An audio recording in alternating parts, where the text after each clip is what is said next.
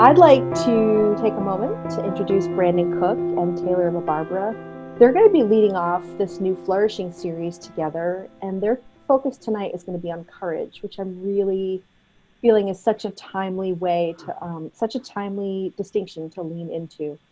Both Brandon and Taylor are apprentices in our ministry, and they're both sponsors and leaders and influencers in their own community.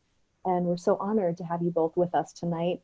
Thank you. And Brandon, I will let you take it away from here. Thank you, Jane. Appreciate it very much. Good to be with everyone. It makes my heart very happy as I see people come on the line, and sort of one of those pinch me moments that I get to do this and we get to be together. Before we're going to talk about courage, before we do that, just wanted to take a moment of reflection. What a week. A tragic and terrible week. And I'm in Long Beach, miles from my house. We had both beautiful, peaceful protests. We also had looting and violence after the protests. I was watching I wasn't planning on talking about this, but I was watching the Dragonfly, whatever was we put people in space this week, right? And everybody in the control room was clapping, and I started crying, and I thought, why am I crying? And it was something about the display of unity and people moving in the same direction, in contrast to the violence, the murder of a black man that we saw in the last 10 days, and just the despair of that. And obviously, as a ministry, we stand against racism. We stand for the flourishing of the world. We stand against, we stand for shalom. We stand against violence. And I can sometimes feel despair of, what do I do? What do we do? Facebook or Instagram post doesn't seem like it's going to carry the day. But I take courage and heart in the fact that our ministry is about, it's about us. It's about your sphere of influence. And I think that transformation comes as we engage difficult conversations, as we engage life-giving conversations in our sphere of influence, our oikos, the places that we have influence. And so I take great heart as a ministry that we can be sources of change as we engage change where we have authority, where we have power, where we have influence. So let's stand together. Let's stand for that. Let's stand for the flourishing of the world. Let's stand for life. And I think the topic we're going to talk about tonight, it's not directly about what I've said, but it's about everything. It's about how we stand in all things. It's about courage. So I do think it's quite apropos. So I'm going to hand it over to Taylor, and she's going to lead us into a conversation about courage. Yeah, thanks for sharing that, Brandon. Courage is so important, and we're going to start by having a basic definition that we can all kind of operate from. And I think, like Brandon said, there's no better time to put on courage as a way of being than now, and seeing what's scary and going for it anyways. So I'm going to break down this basic definition that we can kind of play with and operate from tonight. And then Brandon's going to take over, and we're going to kind of walk through the why and the how and the way that we have kind of put together as how to make courage happen in our life. So to start, the way that we define courage at reInvent is acknowledging your fear and going for it anyways. So courage is it doesn't always appear to us as this brute force of strength. It's saying, I'm afraid, this feels scary, this feels awkward and uncomfortable, and I'm not going to be motivated and led by this fear. I'm going to choose courage. I'm going to choose what's in front of me and go for it anyways. And Brene Brown, who I love, we'll probably always talk about, she's done a lot of research. I love her work because she uses surveys and research pieces that's like over 11,000 pieces of research that she compiles into these definitions. And so the definition that she operates from in her work She says this: courage is a heart word. The root of the word courage is cor, C-O-R. That's the Latin word for heart. So in one of its earliest forms, the word courage meant to speak one's mind by telling one's heart. And over time, this definition has changed. So today, when you hear courage, you maybe think of something like this big, heroic, brave deed. But in her opinion, only categorizing courage as something huge and big and heroic doesn't fully recognize the inner strength and the commitment that's required for us to actually speak honestly and openly about who we are and about our experiences. So she talks about it in two parts: this ordinary courage of it's not always putting your life on the line. It's this ordinary courage of being one with what's true for you, as well as extraordinary, these big, brave, heroic acts. And these people that operate in courage, she calls them the wholehearted, the people who live life all in. And from a really young age, we can see the way courage operates. We can see a relationship between fear and courage. So it's summer here in Phoenix, which means it's 110 degrees every day. And it's the time of year where we say, why do we live here every single day? But anyway, so my son's 4 years old, and we have been teaching him how to swim. And he's absolutely been terrified of taking his feet off the ground or getting his face under the water. And so my husband and I have been in this constant enrollment of him that I know it's scary. I know it feels uncertain. I know it feels risky. But courage says you go for it anyways and you give it a try, even if you don't know how it's going to feel. Or something like, hey, Mom, I'm afraid. I'm scared of the dark. Can I sleep with the light on? And it's like, I know the dark feels scary sometimes, and that's okay. But we have to put on courage. We have to put on bravery, and we have to trust that we're going to handle it, whatever comes in the dark. So it's this pattern of life that starts out in young children of facing what we have to face. And as we get older, this pattern never goes away. So we're metaphorically always standing on the edge, about to jump in a pool. And as adults, that changes into different things like creating intimacy, saying the truth, expressing our feelings, going for a new business, asking for a promotion. So if you think about it, there's probably never going to be a day where we just no longer are afraid of things. There's always going to be something that feels risky or uncertain. We're always going to have to come up against our fear. And at reInvent, we teach that courage is the prerequisite. It's the source of what all the other principles that we operate in come from. So things like vulnerability requires courage. It requires saying, this feels scary and risky, but I'm going to do it anyways. So intimacy, breakthroughs, giving feedback or receiving feedback, that requires courage. Taking action, making requests, keeping promises, declaring big, bold things, those all require courage. And they also link themselves with vulnerability. So that feeling of the uncertainty, the risk, the emotional exposure. And we believe that courage is a fundamental component of flourishing. So it's this source, this life source of being able to move towards our vision, to talk about how we feel, to declare big things like starting a business or changing your careers, asking for a promotion, and even things like getting on an airplane. You know, right now it takes a lot of courage to go even to public spaces for some people. It takes a lot of courage to speak your mind and to stand for what you believe is true, to put an unpopular opinion out there. And the key component of courage is that it's not this thing that we do, it's a way of being, and it's a practice that we develop over time. It's a way we presence ourselves. So courage is a form of acceptance, of accepting the fears and holding our fears and our bravery in balance, keeping them in check with one another. It requires our commitment, maybe getting off of our story, shifting into a new way of being. And it's taking a step towards your vision, one step at a time.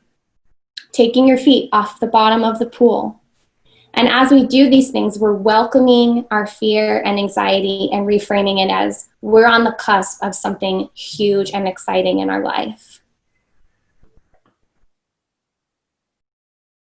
So Brandon's going to is that me? Yeah, that's you. You got me all, I didn't know that was the transition, but you got me all inspired here, Taylor. I'm like, yeah. I was thinking while you were sharing about, you know, you ever in one of our trainings, when the room shifts or moves, it's almost always because someone is terrified and they're stepping into courage. And that is the best. That's probably why I am in this work and love this work. Watching people step into courage to me is like watching them step into the divine. There's something so godly and right and holy and whole about that. So you got me fired up, Taylor. Thank you very much. So all greatness comes from courage. All greatness comes from courage, as Taylor said. Courage, C.S. Lewis says this, courage is not simply one of the virtues, but the form of every virtue at the testing point, which means at the point of highest reality. Anytime we stand for goodness or beauty or for something new in the world, any virtuous or good thing, it takes courage. That's just the way that it is. Reality calls out our greatness if we're to step into reality. Think about it. Forgiveness is an act of courage. How many of you have experienced a time where you needed to forgive and it felt like, I'm going to die if I do this? Anybody? It's like, I'm going to die if I forgive, and yet I'm going to courageously step into it, trusting that there's some provision, that God has provision for me if I'm willing to step into this. So two ways that we're going to talk about, there's a million ways we could talk about courage tonight. Two ways that we're going to talk about courage, two orientations or frameworks are, number one, facing whatever you need to face. Courage is facing whatever you need to face. And to do that, it requires learning to be in the present moment, right here, right now. Right? So we're going to talk about that. Then Taylor's going to talk about courage as living from our vision. All right? So before we jump into those topics, a little exercise. Who has something that you're facing right now that will require courage? Can I see a show of hands? Anything that you have to step into. It could be like a lot of courage. It could be a little bit of courage. It doesn't matter. Just any amount of courage qualifies. So who has a situation like that and is willing to share just a few sentences about it so that we can kind of sync up in sort of the communal things that we're taking on? Something you're facing that will require courage, just unmute yourself and just share for a couple of sentences, please. So I have, I'm Gamite, and first I want to tell you that not only do we have Germany on the call, which is my brother, but Hal is on the phone call too, who is in Singapore. So we're international. Totally international. Yeah, he's still in bed, so he's not showing himself. It's like 9 o'clock in the morning or something. I feel that I do have an example, but I feel that even life every day needs courage, right? And but I have had a friend for over 25 years, and I need a lot of courage to. I don't really want to confront her, but I need closure for something. She pretty much years ago told me something, and then last year I discovered that it was actually a total lie. And she wants to still be friends, but I really don't know how to handle,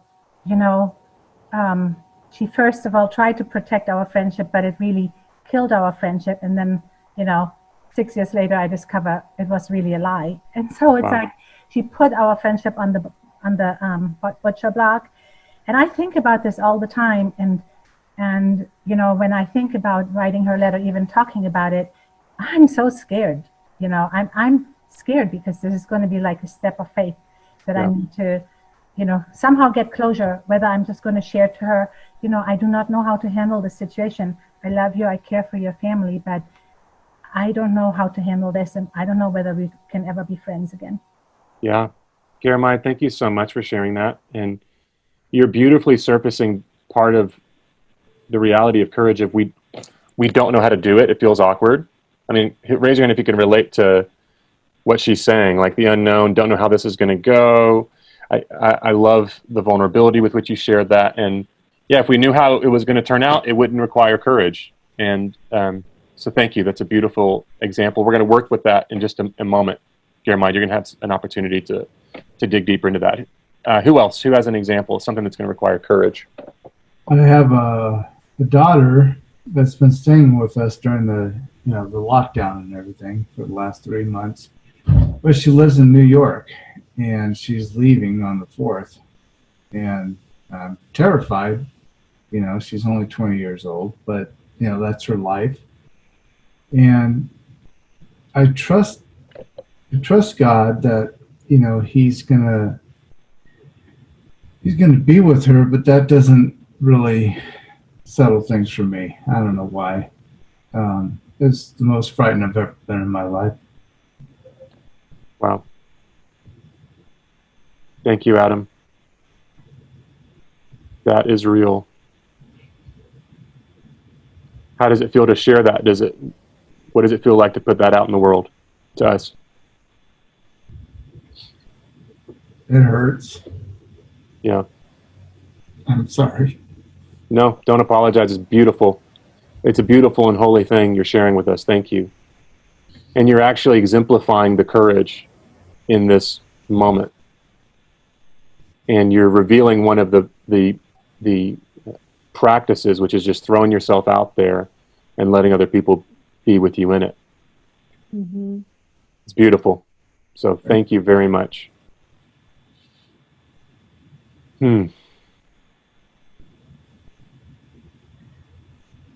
How about one other illustration or example? Because you can feel already the vulnerability and the intimacy of these heart matters that are being shared, like Adam just shared. Brandon, Yeah. can I share? Yeah. So I went to training in October, and since then I moved out to the Bay Area, first time out of away from my family. And I moved out at the end of January, started a new company, very strategic work, very big as far as scope, and but at the same time uprooting. So all of this COVID, isolation, not being with anybody I know within my scope. I think it takes courage every single day to trust that, to do even what I have to do. Yeah. Just because the emotions could be hard. Even watching everything that's happening brings me back to the training where they actually had that scare of there being a bomb threat in our training.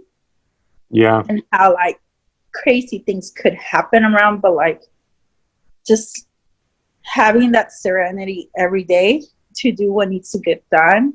Yeah. And working within this environment and being fully remote, being an extrovert, things that I was used to in the past to kind of keep me going are not there. Yeah. And so it's all those thoughts of am I good enough for this type of work? It's such an amazing opportunity coming to Silicon Valley, doing everything that I had really been my dreams. Am I going to mess it up? Yeah. Thank you so much for sharing that. Yeah. You're surfacing, and all this sharing is surfacing. The situations are different, but it's you're surfacing, Ritzy, the daily triumph of courage. And you're also surfacing, we've talked so much about the conversation in our head. That's really where that's where the fear and the courage battle each other, right? So I want to ask everybody to engage this. Everyone, bring to mind a scenario, please. You've heard some already. Thank you again for sharing. It was very meaningful sharing. In fact, if you would just close your eyes as you're on the call, take a deep breath, and bring to mind a scenario in your life that's going to take courage. Again, it could be a conversation you need to have. It could be a new business you want to start. It could be ending a romantic relationship. Now just picture that scenario in your mind and just notice what it looks like in your mind. What images come to mind? What thoughts do you have about the situation, the scenario? Notice whatever comes to mind. Picture the place or the circumstance or the people or the person that's involved.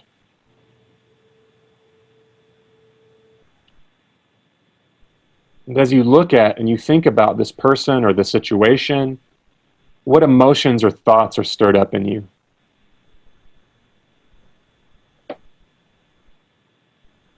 Can you feel them in your mind, in your body? Where in your body do you feel them? And what is the emotion? Is it like dread? Is it excitement? Is it anxiety? Now again, just continue to picture or imagine this person or this situation. And now imagine that rather than facing the person or the situation, running away from them or running away from it, imagine yourself running away. And you get to a safe distance. And what do you feel now that you've run away from it? Do you feel relief? Do you feel sorrow? Do you feel regret? What's the primary feeling you have?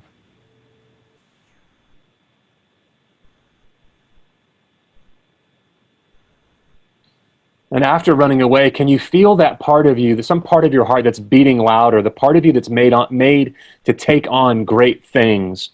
Can you feel that part of your heart still beating and calling you to turn back and face it?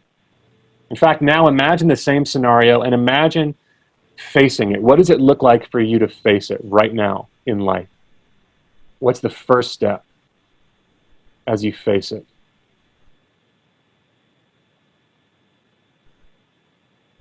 And again, what do you feel in your body as you face it? And can you feel excitement? Can you feel even the potential joy of facing, of overcoming, even overcoming your own self in the struggle? And imagine now the situation is like a dragon, and as you face the dragon, there's this great eruption of smoke as you step towards the dragon. But as you engage the cloud of smoke, as you step into it, what emerges is actually that the dragon is getting smaller and smaller and smaller. And what's larger and larger is the spirit within you, the God-given part of you. This deep down part of you that holds your vision, your hope, your dreams, your love, your courage. You feel it surging within you like you were made for this. You were made to step into the greatness of courage. And even if you have loss and there's mourning, you're going to be okay as you step into it. And just notice what you feel in your body as you imagine yourself having faced the dragon and stepped into it. Thank you. Okay, you can open your eyes. That's a hero's journey, is one way to describe what I've just described, that we were made to take on great things. The way that Scripture says that is, in Christ, we're more than conquerors. We're more than overcomers. And courage has to do with facing what needs to be faced. Facing what needs to be faced. The battlefield metaphor comes to mind when we think of courage. You know, it's like getting out of the foxhole, or it's like Peter stepping out of the boat onto the stormy sea. He's afraid, but he does it anyway. It's like Todd Beamer on 9/11 saying, let's roll, and trying to take down the hijackers, the terrorists. I guarantee you this, Todd Beamer's let's roll was not the first time he chose to make a courageous decision in his life. One thing we say in the impact training is that the idea of rising to the occasion is actually a myth. We don't rise to the occasion. We respond exactly how we've trained ourselves to respond. The same brain patterns kick in a crisis that we've learned to live in every day. And so what that means is that that's actually an invitation to training ourselves in everyday life to be courageous. To do, you've heard this phrase, to do the next right thing. That we don't have to take on and save the entire world, but if we're willing to do the next right thing, it's a way of training ourselves such that we habitually come to be courageous. You don't have to save or take on the whole world. Just identify and step into the next right thing. Do that with your whole heart and move on. You think about Jesus in the Garden of Gethsemane, he says, I don't want to die. I'm paraphrasing. I don't want to die. Nevertheless, not what I want to do. Father, what you want, I'm going to step into it. But that wasn't just some sort of fly-by-night decision Jesus made. He had trained himself to trust the Father and to take action. So I'm using grand examples here, but as Taylor said, courage is often much more subtle. It's not always a matter of life and death. It's not always a foxhole sort of situation, but it's the conversation that could risk a friendship for real relationship, like Germine talked about, versus settling for a conspiracy of mediocrity. You know, I'm doing fundraising in my life right now because I stopped being a pastor and I'm stepping into these new ministry expressions, and it's like a whole world of courage for me because it feels very vulnerable for me to invite people into supporting what I'm up to. But it's like, all right, that's my journey of courage right now, is learning to just go for it, step into it. I think the goal of all spiritual life, and in some sense, is just learning to do what's wanted and needed and attending to that thing. That is a spiritual life. And another way to say this is learning not to avoid reality, to be present in the here and now. To be present right here and right now. And in fact, if we train ourselves to be fully present right here and right now, then we will more easily see and take the action that's wanted and needed. We'll more naturally just do the courageous thing. We'll see what needs to be done and we'll do it. The more we train ourselves to live in the present moment. The problem is that we are actually often so busy avoiding reality. I mean, think about it, guys. Think about how many distractions. We live in a culture of endless distraction. It's like, oh, I'm bored. Hold on, I got my phone. I can just, I can immediately numb myself out or just distract myself.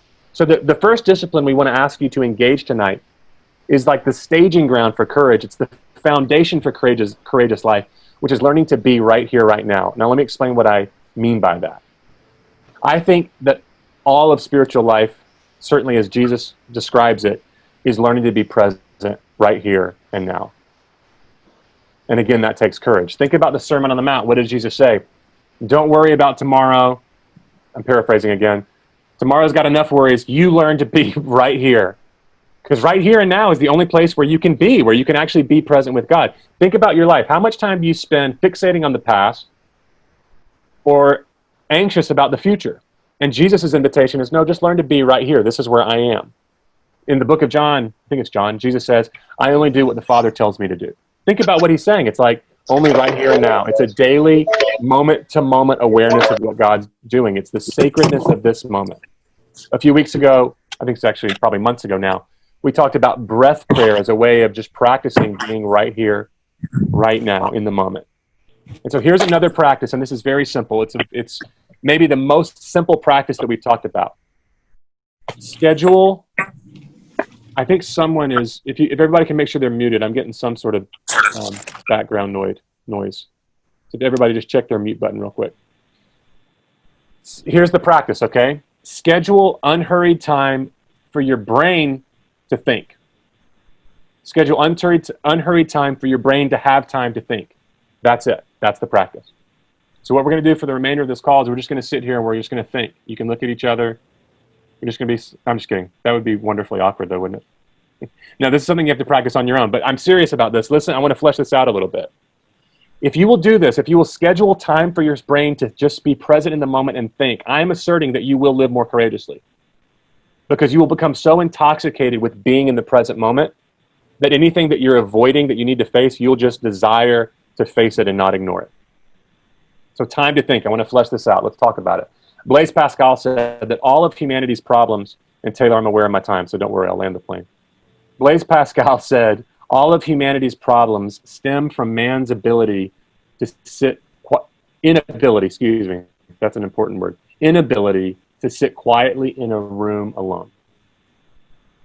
All of our problems stem from our inability to sit quietly in a room alone. Think about it. We live in this frantic society. We have unending distraction. This is the curse of our culture today. There's no time to think. We're so radically overstimulated, and we have a million choices. And what our brain and our spirit actually needs is time to just think. Timothy Wilson and some scientists at the University of Virginia have done sociological studies and demonstrated that people are terrified of just being alone with their own thoughts. They avoid it like the plague. And here's the deal, though. The way our bodies are wired, our brains and our bodies need this time. Caroline Leaf, who's a neuroscientist, I'm reading one of her books right now, she talks about this thing in the brain. It sounds real highfalutin. I don't totally understand it, but it's called the default mode network. Doesn't that sound impressive? The default mode network is the part of our brain that when we just sit and think, without looking at a phone, and we just let our mind wander, it kicks in. And they've done studies now that demonstrate that the more time your default mode network, this free, unfettered time to think, the more time we have of that, it staves off dementia, it lowers our blood pressure, it like supercharges our bodies.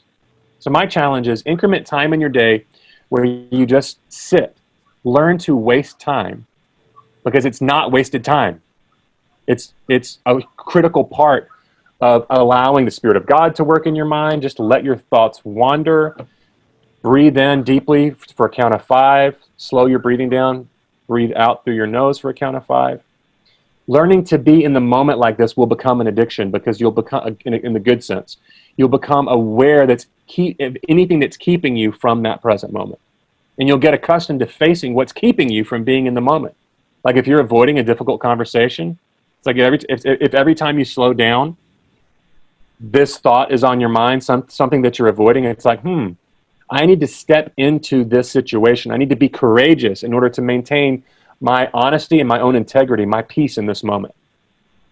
Honesty, we say in the trainings, is being one with what is so for us. Courage is stepping into what is so for us. Facing anything that's keeping you from being one with what is. So that's my charge, is schedule time to just sit and think. I personally, I bought some of those blue Adirondack chairs from Lowe's. I don't know if you guys have them in the rest of the country. You do. Marilyn's raising her hand. Those are now my thinking chairs, where I'm scheduling, and this is a challenge for me, but I schedule time to sit and breathe and just let my brain wander and think about whatever it needs to think about that. Let that be training to live in the present moment, because that's the foundation for living in courage. I'm going to hand it over to Taylor. We call her Wendy because she can fly. Take it away. Take it away, Wendy. I actually totally just put that song in my head. I can fly, I can fly. There you go. You're welcome. You know what I love about what you were saying, and it just occurred to me right now, so I just love how that works. But having and sitting with yourself and being present actually transitions really well into what I'm talking about, which is courage is what helps you and is the source of living into vision. And that begins with knowing what your vision is. So part of this practice of being with yourself helps draw awareness to what your vision is. And so we say this a lot, but we must have a compelling enough vision that's going to carry us through the pain of transformation. So when we think about courage, vision is the why we have courage. It's the reason, it's the thing that compels us to even consider courage, our fears, going anyways in the first place.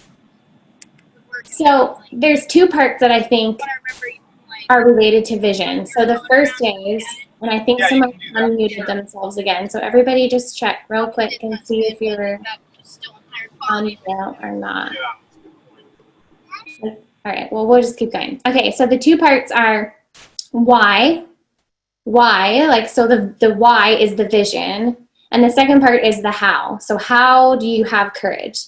So I'm going to relate this back to this example with my son, because I think it does do a really good job of providing an analogy for this fear and courage conversation. So with my son, it's like the why do you learn to swim? What's the vision? And obviously for children, it's a life or death situation. If the child doesn't know how to swim, then they could be in a potentially risky and dangerous situation in which they drowned. And so it's absolutely necessary that it happens. And the second part is this idea of like building joy and reward for doing a courageous thing, for seeing your fear and acknowledging it and going anyways. There's potentially a lot of reward involved in that. And for kids, it's like swimming in a pool is so fun. And so the second part is the how. And so when I'm sitting there with my son and I'm trying to say how to have courage, I think the first part is that he has courage because he believes in himself as able. So the motivation for having courage is, even though this is scary, I believe in myself that I can handle it. And in this specific scenario, I think the second piece is that he believes in me and he trusts me that I'm going to keep him safe. So I can say 2 things to him.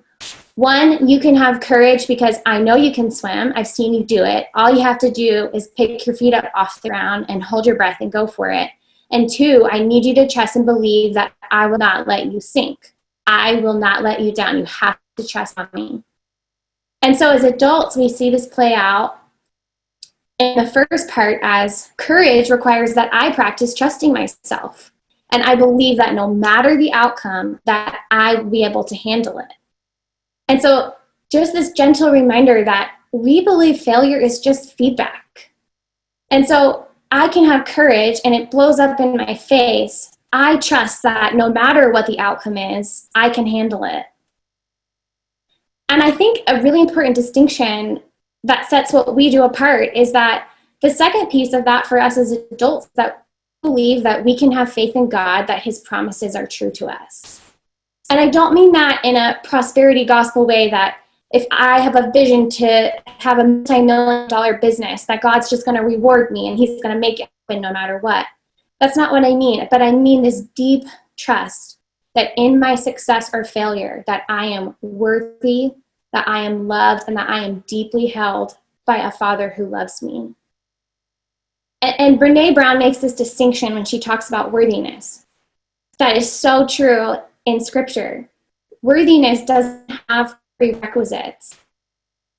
You're not worthy because of what you do or how perfect you are. You're worthy because you embrace self-compassion. You embrace imperfection. Just like Jesus does with us, he embraces us even amidst our failure and our misses and our go-agains. And this kind of courage always lends itself to vulnerability. Because we're always, when we're practicing this practice of moving in the face of our fears, we're going to be taking a risk, and that's going to feel uncomfortable. By its very nature, courage is awkward, it can be uncomfortable, it can feel uncertain, and we embrace that. We embrace the uncertainty of not knowing what's on the other side of our courage, and that we embrace this possibility of failure as feedback. So courageous people embrace uncertainty as part of flourishing. And I think what happens a lot when we have these conversations about courage is we get all these scarcity conversations. And scarcity is the first cousin of fear. It's the thing that immediately comes up. What if I'm not enough? But what if I fail? But what if people reject me? But what if it doesn't work? And what if I'm embarrassed? And what if I'm ashamed? But the premise is that courage says, I am worthy. I believe myself is able, in the face of all those things, that I'll be able to handle the rejection, that I will be able to handle the disappointment, and that I'm going to build on that courage again, even in the face of those things.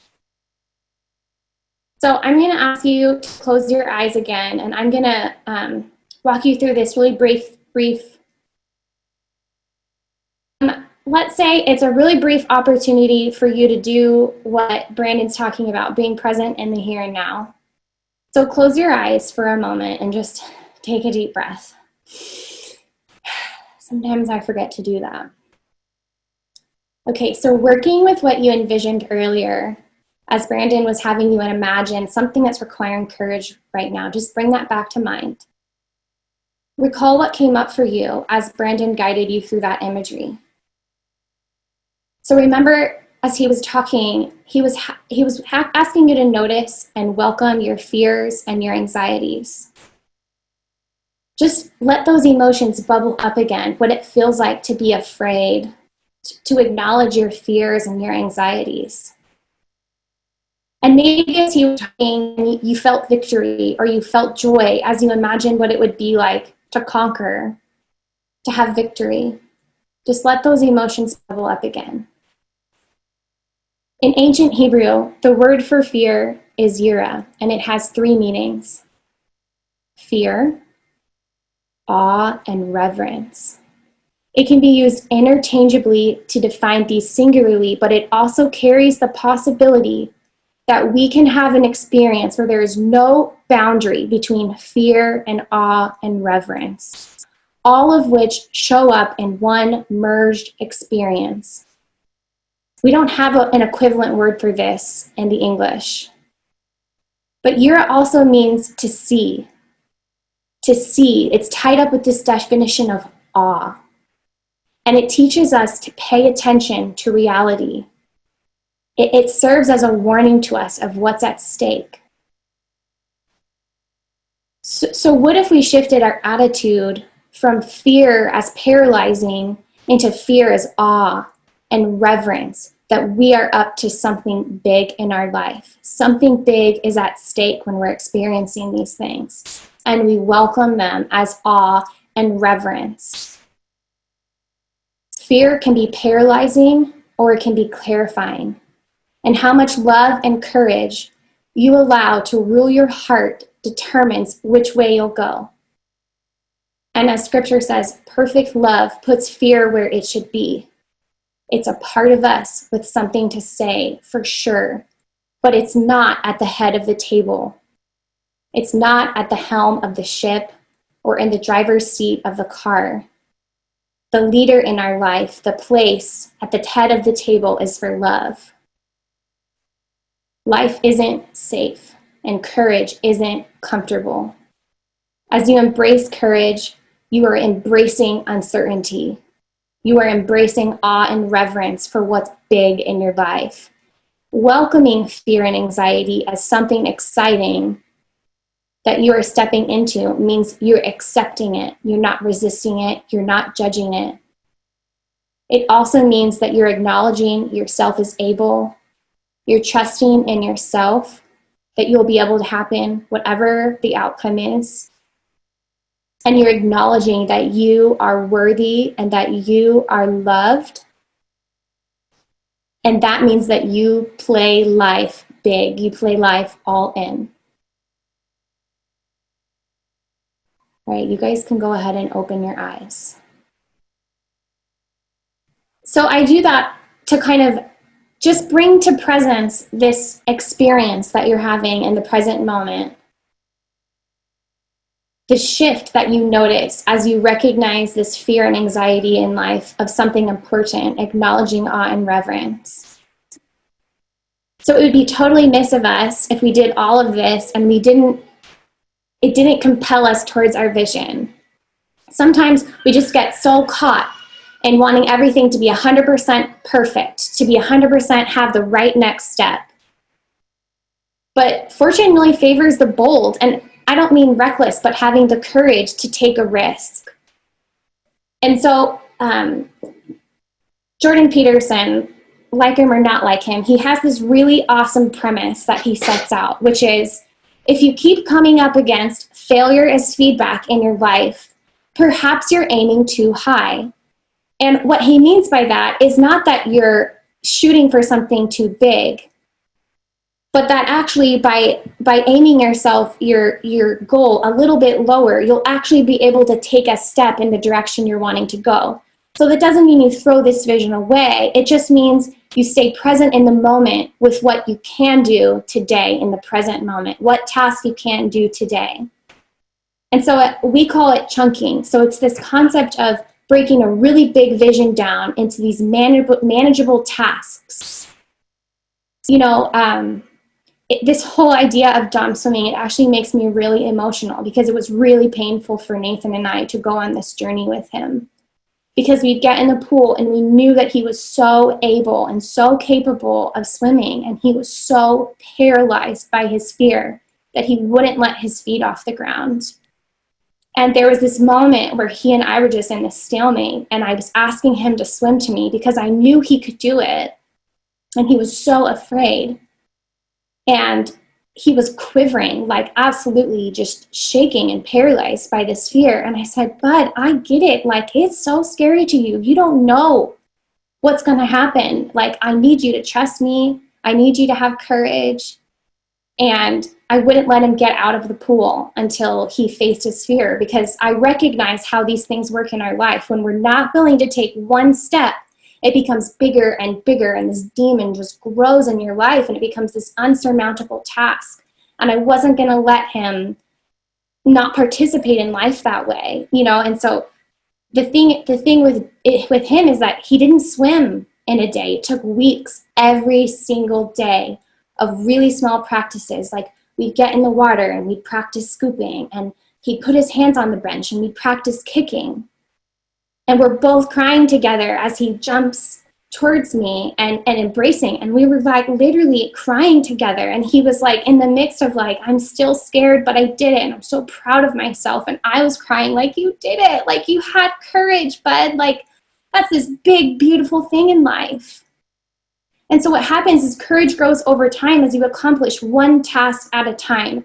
And you accomplish one task, and then you feel and you trust yourself, and you're able to take a next step towards a task. And so what I want you to do, we're just going to take 1 or 2 minutes to do this, and then we'll take some sharing. But I want you to consider what Brandon was talking about earlier, which is this idea that there's the next right thing available to you right now. There's something that you can do.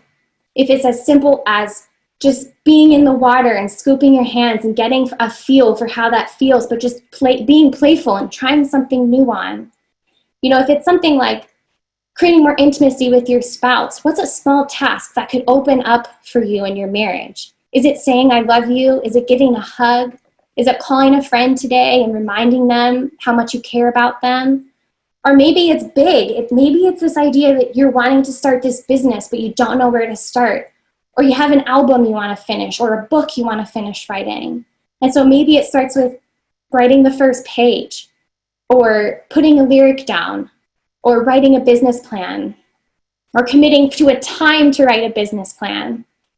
So we're going to take 1 or 2 minutes, and I just want you to either write down or consider what's the next step for you that probably still feels really scary, that's going to require your courage, but it's something that you can do like in the next 24 hours. So I'm just going to give you 1 minute to either think through that, write something down, journal some thoughts out, and then we'll get back together to share.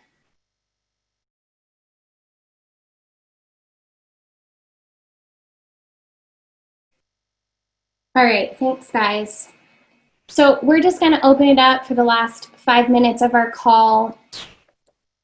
You could have a lot of courage and maybe make a declaration about what the next big thing is for all of us on the call tonight, or you can share something that occurred to you.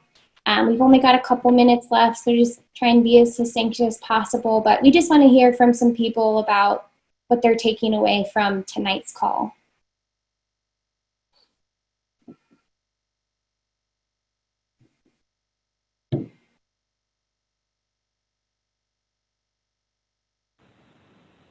I can go.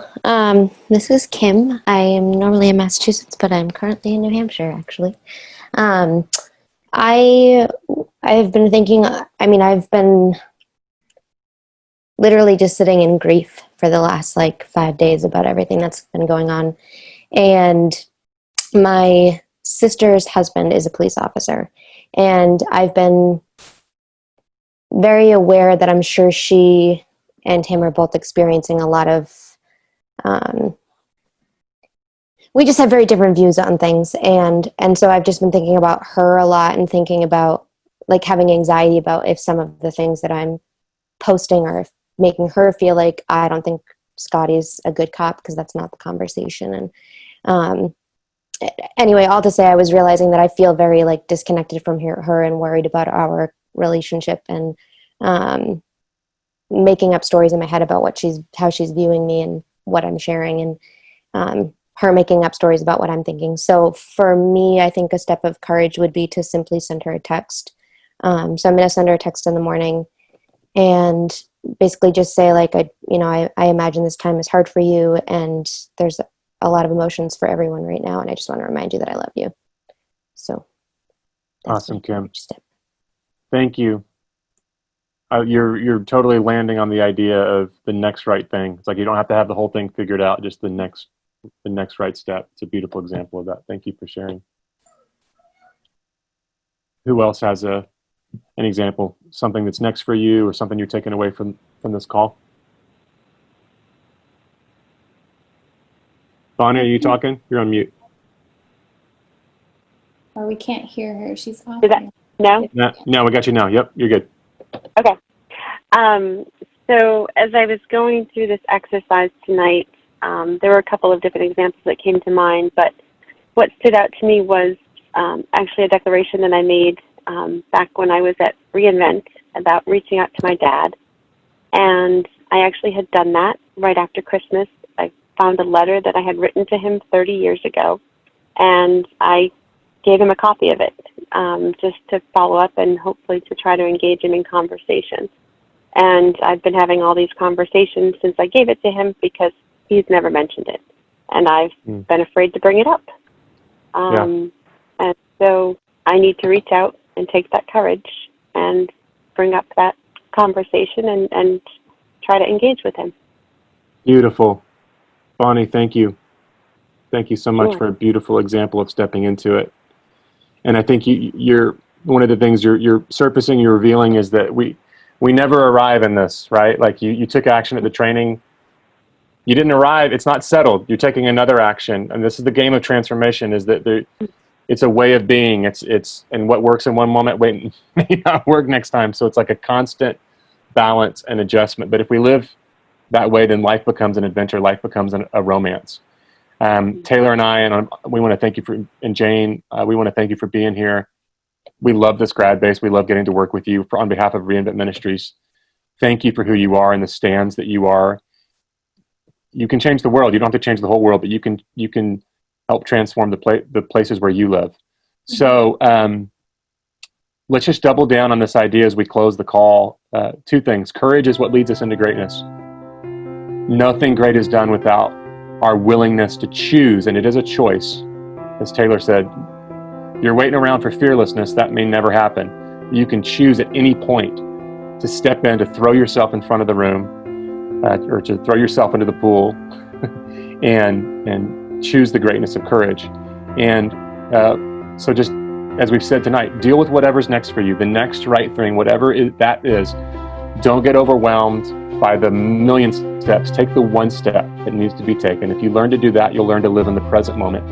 And honestly, as I said, that's where God is. And that's where the joy of life is. So thank you. We bless you as you go all over the world, Singapore, Germany, and everywhere in between. And we, as Jane said, we got trainings coming up, and we'll be back in a month on July 7th. So thank you, everybody. Thank you. Good night, everybody. Thank you.